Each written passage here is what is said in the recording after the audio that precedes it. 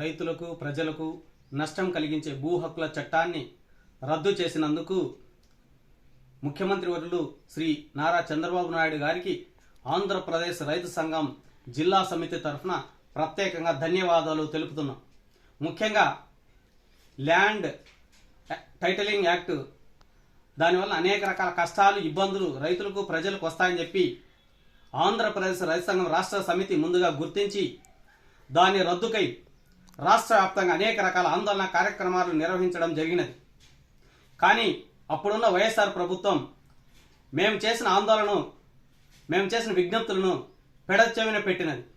కానీ ప్రతిపక్షంలో ఉన్న నారా చంద్రబాబు నాయుడు గారు ఆ యొక్క సమస్యను గుర్తించి రైతులకు ప్రజలకు మేము అధికారంలోకి రాగానే రైతులకు ప్రజలకు నష్టం కలిగించే ఈ భూ హక్కుల చట్టాన్ని మేము రద్దు చేస్తామని చెప్పి హామీ ఇవ్వడం జరిగింది.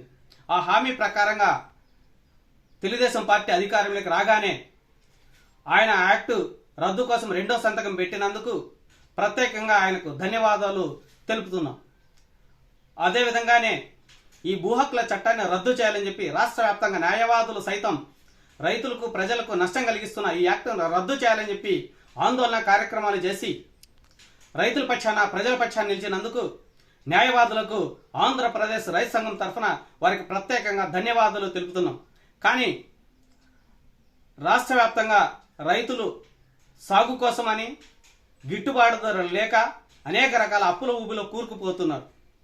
అందుకోసమనే అధికారంలోకి వచ్చిన తెలుగుదేశం పార్టీ రైతులకు గిట్టుబాటు ధరలు కల్పించాలా, డాక్టర్ స్వామినాథన్ కమిషన్ సిఫారసులు అమలు చేయాలని, ముఖ్యంగా 50 సంవత్సరాలు నిండిన ప్రతి రైతుకు 10,000 రూపాయలు పెన్షన్ ఇవ్వాలా, వారి కుటుంబాల అప్పుల ఊపిలో కూరుపోకుండా ఆదుకోవాలా, అదేవిధంగానే బ్యాంకులో ఉన్న అప్పులను పూర్తిగా మాఫీ చేయాలి, అదేవిధంగానే బంగారు సాగు కోసమని ప్రతి బ్యాంకులో కూడా ప్రతి రైతు తాకట్టు పెట్టడం జరిగినది.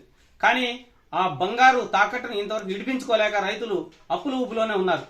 అందుకోసమనే రాష్ట్ర ప్రభుత్వం బ్యాంకులో ఉన్న అప్పులను పూర్తిగా మాఫీ చేసి బంగారు రుణాలను కూడా మాఫీ చేసి రైతులను ఆదుకోవాలని చెప్పి ఈ సందర్భంగా విజ్ఞప్తి చేస్తున్నాం.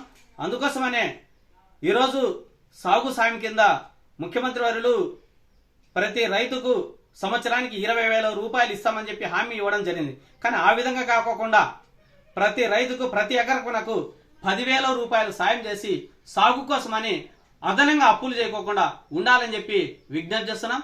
ఆ విధంగా ముఖ్యమంత్రి వర్యులు రైతులను ప్రజలను ఆదుకోవాలని చెప్పి రైతులకు అవసరమైన ఎరువులు, మందులు, విత్తనాలు, డ్రిప్ ఇరిగేషన్ సిస్టమ్ను 90% సబ్సిడీతో అందించి రైతులు వలసలు వెళ్ళకోకుండా ఆత్మహత్యలు చేసుకోకుండా ఇప్పటి నుంచైనా రైతులు బాగుపడాలంటే పూర్తిగా రైతుల యొక్క రుణాలను మాఫీ చేయాలని చెప్పి ఈ సందర్భంగా ముఖ్యమంత్రి వర్యులకు శ్రీ సత్యసాయి జిల్లా రైతు సంఘం తరఫున ప్రజల తరఫున రైతుల తరఫున ఈరోజు విజ్ఞప్తి చేస్తున్నాం.